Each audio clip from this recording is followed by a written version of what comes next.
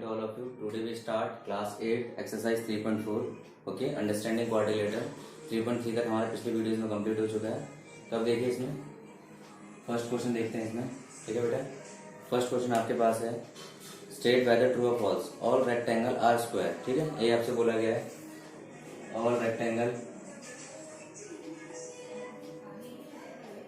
Rectangle are squares. ठीक है, सारे के सारे रेक्टेंगल जो हमारे पास क्या है स्क्वायर्स होते हैं. ठीक है, तो देखिए इसको ट्रू फॉल्स चेक करने के लिए हम क्या करते हैं, क्या फिर रेक्टेंगल बनाते हैं, एक रेक्टेंगल की प्रॉपर्टीज और स्क्वायर की प्रॉपर्टीज में मैच करते हैं. रेक्टेंगल में देखिए अपोजिट साइड क्या होती है, इक्वल होती है. क्लियर है, लेकिन स्क्वायर की ऑल साइड्स क्या होती है, इक्वल होती है. अगर हम बोले सारे के सारे रेक्टेंगल स्क्वायर होते हैं, that is not possible, because सारे रेक्टेंगल की क्या होनी चाहिए, रेक्टेंगल में क्या होनी चाहिए, अपोजिट साइड इक्वल होती है, लेकिन स्क्वायर में साइड इक्वल होती है. देखो यहाँ पर क्या हो गया, दिस इज फॉल्स. ये क्या हो गया आपका, ये फॉल्स हो गया. ठीक है, समझ आई बात है. ये आपको ध्यान रखना है बेटा, रेक्टेंगल में साइड्स इक्वल नहीं होती, दैट में अपोजिट साइड इक्वल होती है. स्क्वायर में साइड इक्वल होती है, तो दैट मीन्स अगर रेक्टेंगल को स्क्वायर बनना है तो उसमें साइड इक्वल करनी पड़ेगी. क्लियर है. सेकंड है बी बोला गया है all rhombus are parallelogram. All rhombus, second है बेटा ऑल रोम्बस आर पैरेललोग्राम.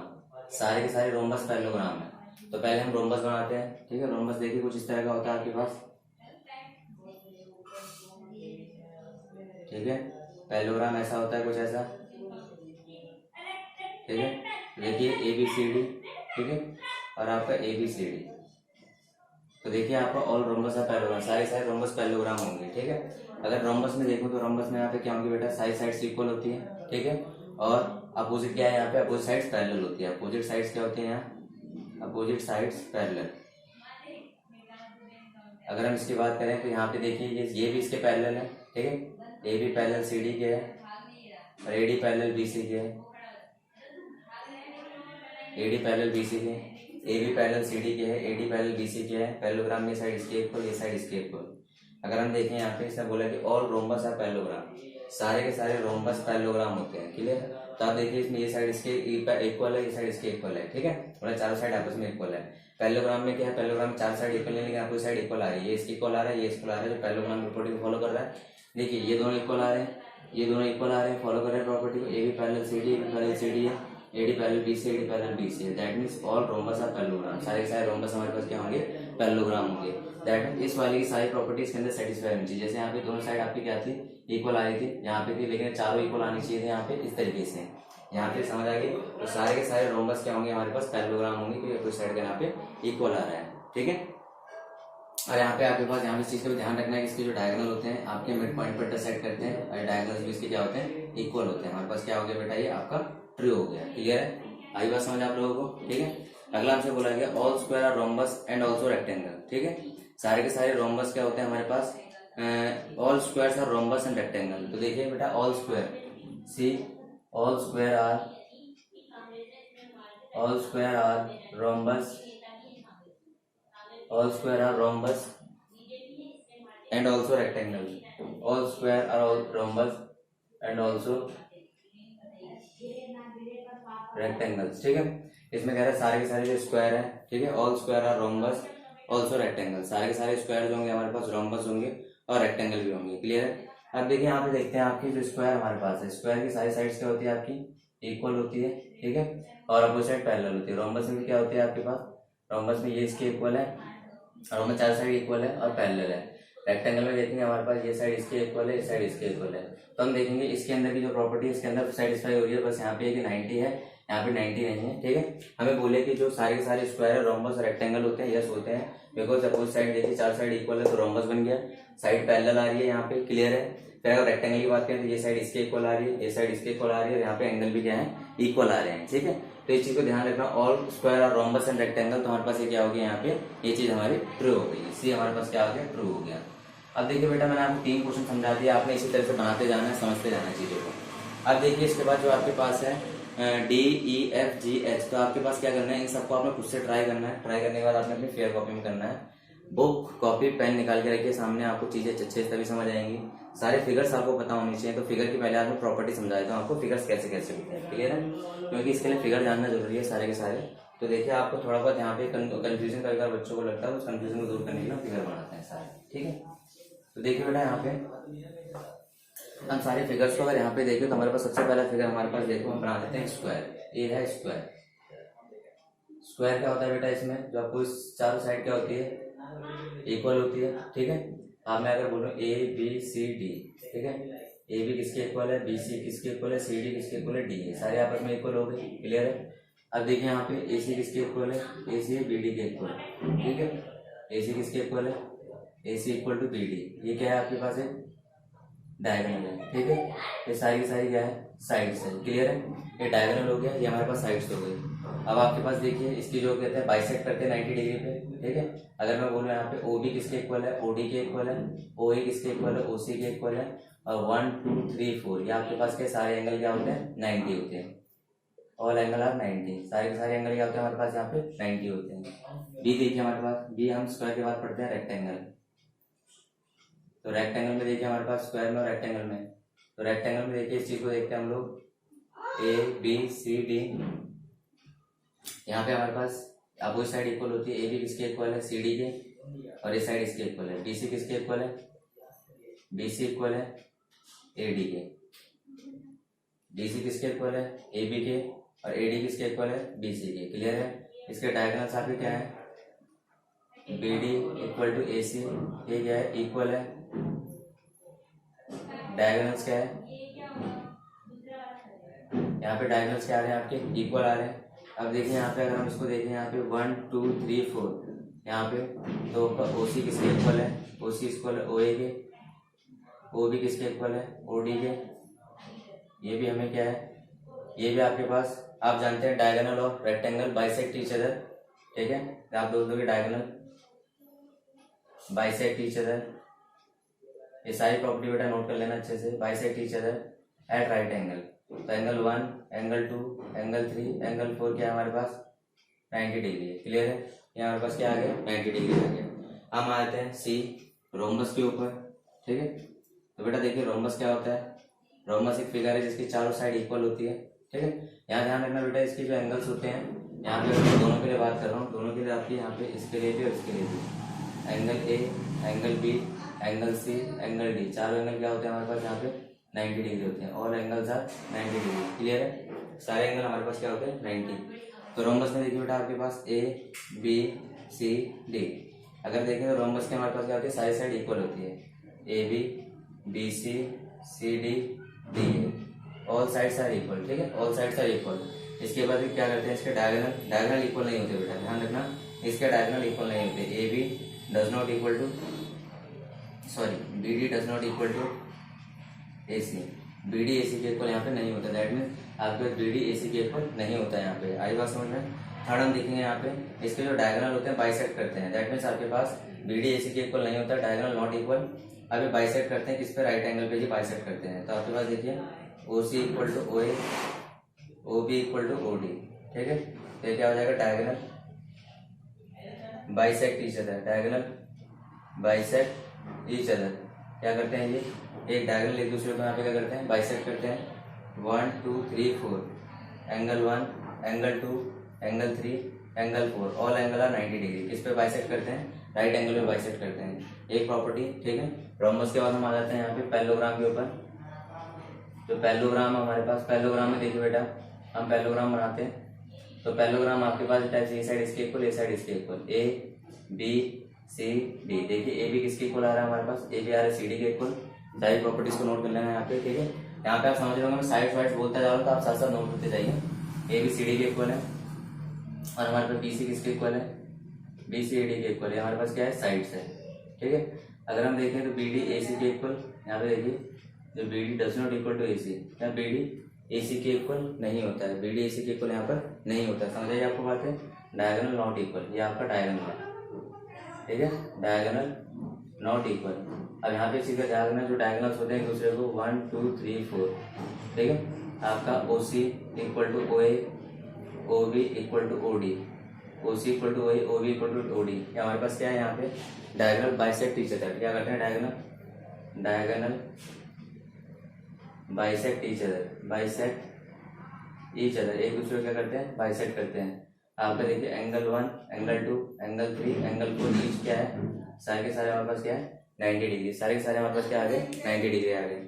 अगर हम इन दोनों को देखें सी और डी में देखें तो आपके पास देखिए बेटा यहाँ पे जो ABCD एंगल आपके पास क्या होते हैं 90 नहीं होते हैं, यहाँ पे ABCD सारे 90 होते हैं। तो these are the property of हमारे पास जो हमने यहाँ पे डिस्कस करनी थी। बाकी आपके पास ट्रेपीजियम आपको पता है, ट्रेपीजियम कोई ज़्यादा बड़ी चीज़ नहीं होती। ट्रेपीजियम देखिए आपके पास, ट्रेपीजियम में आपके पास इस तरह का एक फिगर होता है जिसमें आपके पास दो साइड्स पैरेलल होती हैं, ठीक है, ABCD, AB किसके पैरेलल होता है, AB पैरेलल होता है CD के। ट्रेपीजियम जो होता है आपके पास AB किसके पैरेलल होता है यहाँ पे CD के, AB पैरेलल टू CD, ठीक है। और आपके पास यहाँ पे कोई साइड आपकी जो इक्वल भी हो भी सकती है लेकिन अनपैरेलल होंगी, लेकिन AB अनपैरेलल टू आपके पास पैरेलल नहीं होगा BC के, ठीक है, ये अनपैरेलल होता है। क्लियर है, ये तो बेसिक प्रॉपर्टीज है, इसको आप नोट करिए। तब अगला क्वेश्चन करते हैं।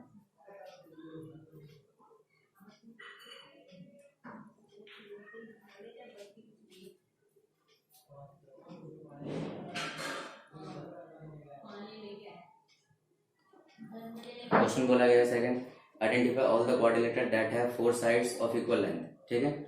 आपसे बोला गया सारे के सारे क्वाड्रिलेटरल फाइंड आउट करिए, सारे के सारे क्वाड्रिलेटरल फाइंड आउट करिए, ठीक है। That have four side of equal length, चार साइड होनी चाहिए, सारी इक्वल लेंथ की होनी चाहिए। क्या होनी चाहिए, चार साइड होनी चाहिए, और चारों चार कैसे होनी चाहिए, इक्वल लेंथ की होनी चाहिए, ठीक है। तो इधर देखिए हम यहाँ पे क्या करते हैं, हमारे पास चार साइड लेते हैं, चारों चार इक्वल लेंथ देखते हैं। तो हमारे पास यहाँ पे चार साइड है ABCD, क्लियर है। आपके पास है पैरेललोग्राम है, सॉरी ये D हो गया हमारे पास। अब इसकी चारों की चारों साइड इक्वल होनी चाहिए। फिर आप देखेंगे बेटा चारों की चारों साइड किस केस में इक्वल है, एक आपकी स्क्वायर के केस में इक्वल है, एक रोम्बस के केस में इक्वल है। एक स्क्वायर का केस है, एक रोम्बस का केस है। आंसर लिख दोगे, here square and rhombus are the figure in which all sides are equal, ठीक है। तो कौन कौन सा आपका फिगर है, स्क्वायर और रोम्बस आपके दो फिगर है जिसमें सारी की साइड क्या है आपकी इक्वल है, क्लियर है। यहाँ पे लिखा four sides of equal length, तो रोम्बस स्क्वायर है side of equal length. Next बोला फोर राइट एंगल, जिसमें चारों चार राइट एंगल होने चाहिए। बेटा राइट एंगल की बात करते हैं तो अभी आपको ABCD डिस्कस किया था, 90 है। तो देखिए स्क्वायर में भी ABCD 90 है, रेक्टेंगल में भी ABCD 90 है। तो देखिए स्क्वायर और रेक्टेंगल दोनों में, स्क्वायर और रेक्टेंगल दोनों में सारे सारे एंगल क्या होंगे हमारे पास 90 होंगे। स्क्वायर और रेक्टेंगल दोनों में सारे सारे एंगल हमारे पास क्या होंगे यहाँ पे 90 होंगे, क्लियर है, कोई डाउट, ठीक है, नोट करिए इसे। क्वेश्चन नंबर 3 बोला है explain how square is quadrilateral, ठीक है। आपसे बोला गया है एक स्क्वायर कैसे क्वाड्रिलेटरल हो सकता है। तो लिखेंगे आप square is a quadrilateral if it has four unequal length of side, ठीक है। अब देखिए क्या है कि स्क्वायर कैसे क्वाड्रिलेटरल हो सकता है। लेट हमने स्क्वायर बना लिया, ठीक है। अब कह रहा है कि आपसे बोला गया फर्स्ट की एक्सप्लेन हाउ स्क्वायर क्वाड्रिलेटरल, पहला बोला क्वाड्रिलेटरल। तो क्वाड्रिलेटरल में आप कुछ भी बना दीजिए। क्वाड्रिलेटरल क्या होता है बेटा आपके पास, क्वाड्रिलेटरल एक ऐसी चीज होती है जिसमें कुछ भी बना दीजिए, आपके पास चार साइड से एरिया फिगर कवर होता है। क्वाड्रिलेटरल के अंदर बहुत सारी चीजें आती है, ये सारे के सारे quadrilateral because it is made by four side से। कितने साइड से बन रहे हैं, चार साइड से बन रहे हैं, इसलिए क्वाड्रिलेटरल है। अगर आप यहाँ पे देखेंगे 1 2 3 4 they are four sides but all are unequal length, ठीक है। सारे सारे अनइक्वल है, मतलब AB BC के इक्वल नहीं है, BC CD के इक्वल नहीं है, CD DA के इक्वल नहीं है, सारे सारे लेंथ अलग अलग है। तो अलग अलग लेंथ हम इसको क्या बोलेंगे क्वाड्रिलेटरल, क्या बोलेंगे इसको क्वाड्रिलेटरल। सेकंड बोला है पैरेललोग्राम। तो स्क्वायर को पैरेललोग्राम बनाना तो हम क्या करेंगे, आपको स्क्वायर पैरेललोग्राम होता है, ये जो स्क्वायर होता है पैरेललोग्राम ऑलरेडी होता है। स्क्वायर हमेशा पैरेललोग्राम होता है बिकॉज इसकी अपोजिट साइड कैसी है, अपोजिट साइड कैसे आप क्या लिखोगे यहाँ पे थर्ड के बी में देखिए, मैं यहाँ पे जान उसके लिख रहा हूँ बेटा, थर्ड के बी में आप लिखोगे opposite side equal, opposite sides are equal, opposite side equal है एंड पैरेलल है। अपोजिट साइड कैसी है, इक्वल और पैरेलल है। इस केस में क्या होता है हमारे पास है, ये एक पैरेललोग्राम होता है, ठीक है। समझ आ गई बात, square is a parallelogram since it contain both opposite side are equal and parallel. Opposite side कैसे होगी, इक्वल एंड पैरेलल होगी, तो पैरेललोग्राम हो गया। थर्ड देखिए रोम्बस बोला गया है कि आपके पास square is already rhombus, square तो हमारे पहले से ही रोम्बस होता है बिकॉज इसकी सारी साइड इक्वल है। देखिए AB BC CD DA all sides are equal, diagonal भी इक्वल है। देखिए रोम्बस में डायगोनल भी इक्वल है, ठीक है, सॉरी डायगोनल अनइक्वल है, डायगोनल छोड़ दो। उसके बाद इसके जगह डायगोनल एक दूसरे को बाइसेक्ट कर रहे हो, किस पे बाइसेक्ट कर रहे हैं 90 डिग्री पे। OB किसके इक्वल है OD के, OC किसके इक्वल है OA के, 1 2 3 4 किसके 90 के। तो चारों के चारों एंगल हमारे पास क्या आ गए, बीच के एंगल सेंटर 90 आ गए। स्क्वायर हमारे पास क्या बन गए, स्क्वायर हमारे पास एक रोम्बस बन गया, क्लियर है। नेक्स्ट है हाउ स्क्वायर इज रेक्टेंगल, एक स्क्वायर कैसे रेक्टेंगल है, ठीक है। तो आपके पास एक स्क्वायर कैसे रेक्टेंगल है, square is parallelogram since having each right angles both sides are equal, ठीक है। स्क्वायर कैसे रेक्टेंगल हो सकता है, स्क्वायर में देखिए आपको अपोजिट साइड पे इक्वल आ ही रही है, अपोजिट साइड पे इक्वल आ ही रही है बेटा। हम ये बात नहीं करें कि चारों साइड इक्वल है कि नहीं है, इट डजंट मैटर कि चारों साइड इक्वल है कि नहीं है, हम सिर्फ ये बात कर रहे हैं कि अपोजिट साइड इक्वल है कि नहीं, अपोजिट साइड इक्वल है कि नहीं, अपोजिट साइड, ये साइड इसके इक्वल है, ये साइड इसके इक्वल है, समझ ये बात, ए बी सी डी के इक्वल है और ए डी बी सी के इक्वल है। अपोजिट साइड कैसे हमारी इक्वल है और चारों एंगल कैसे है इसके 90 डिग्री, चारों एंगल कैसे इसके 90 डिग्री, तो हम क्या बोल देंगे, स्क्वायर इज अ रेक्टेंगल। एक स्क्वायर हमारे पास क्या होगी, स्क्वायर किसकी तरह बिहेव कर रहा है, रेक्टेंगल की तरह बिहेव कर रहा है। क्लियर है, नोट डाउन करिए इनको।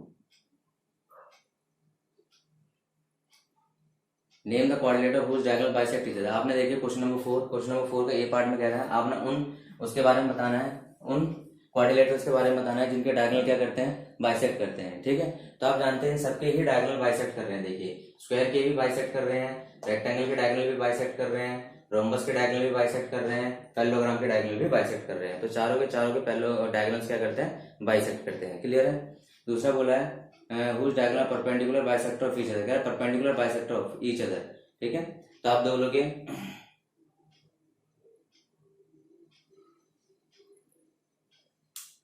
आप देखिए आपके पास अगर परपेंडिकुलर बाइसेक्टर होते हैं हमारे पास, तो परपेंडिकुलर बाइसेक्टर किस केस में हमारे, तो स्क्वायर और रोम्बस के केस में आ रहे हैं। ठीक है, किस केस में आ रहे हैं हमारे पास, diagonals of a quadrilateral are perpendicular bisector of each other then it is a rhombus और स्क्वायर। देखिए बेटा आपके पास बोला है कि आपके पास diagonal perpendicular bisector of each other. देखो डायगोनल्स भी आपके इक्वल होने चाहिए, परपेंडिकुलर बाइसेक्टर की बात कर रहे हैं। तो वैसे तो देखिए परपेंडिकुलर बाइसेक्टर चारों के चारों केस में परपेंडिकुलर बाइसेक्टर ही होते हैं। ठीक है, चारों के चारों केस में परपेंडिकुलर बाइसेक्टर ही आता है, तो इसमें चारों के चारों आप ऑप्शन डाल सकते हैं, चारों ऑप्शन सॉरी चारों आंसर हो सकते हैं हमारे पास, बिकॉज यहाँ भी परपेंडिकुलर बाइसेक्टर है, यहाँ भी परपेंडिकुलर, यहाँ भी परपेंडिकुलर बाइसेक्टर, यहाँ भी परपेंडिकुलर बाइसेक्टर है। क्लियर है, चारों ऑप्शन होंगे आपके, चारों आंसर आएगा।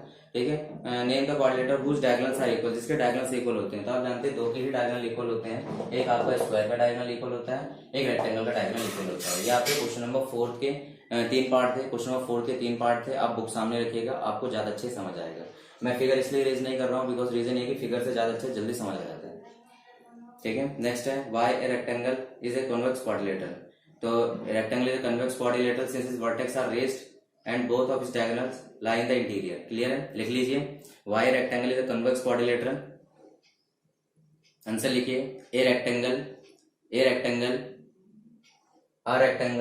is a convex quadrilateral, a rectangle is a convex quadrilateral since its vertex are raised। चलिए मैं इसे लिख देता हूँ बोर्ड पे। नेक्स्ट हमारे पास ये rectangle convex quadrilateral,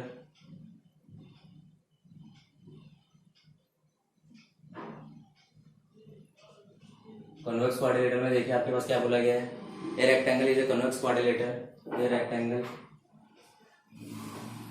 is a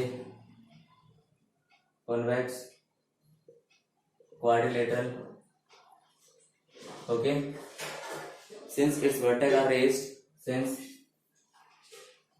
its vertex are raised and both of its diagonal lie in the interior, and both of its diagonal lies in interior।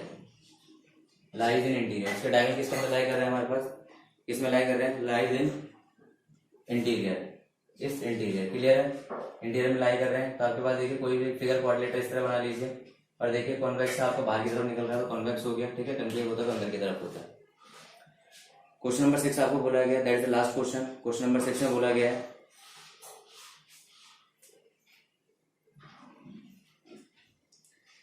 ABC is right angle triangle and O is the midpoint of the side opposite to right angle।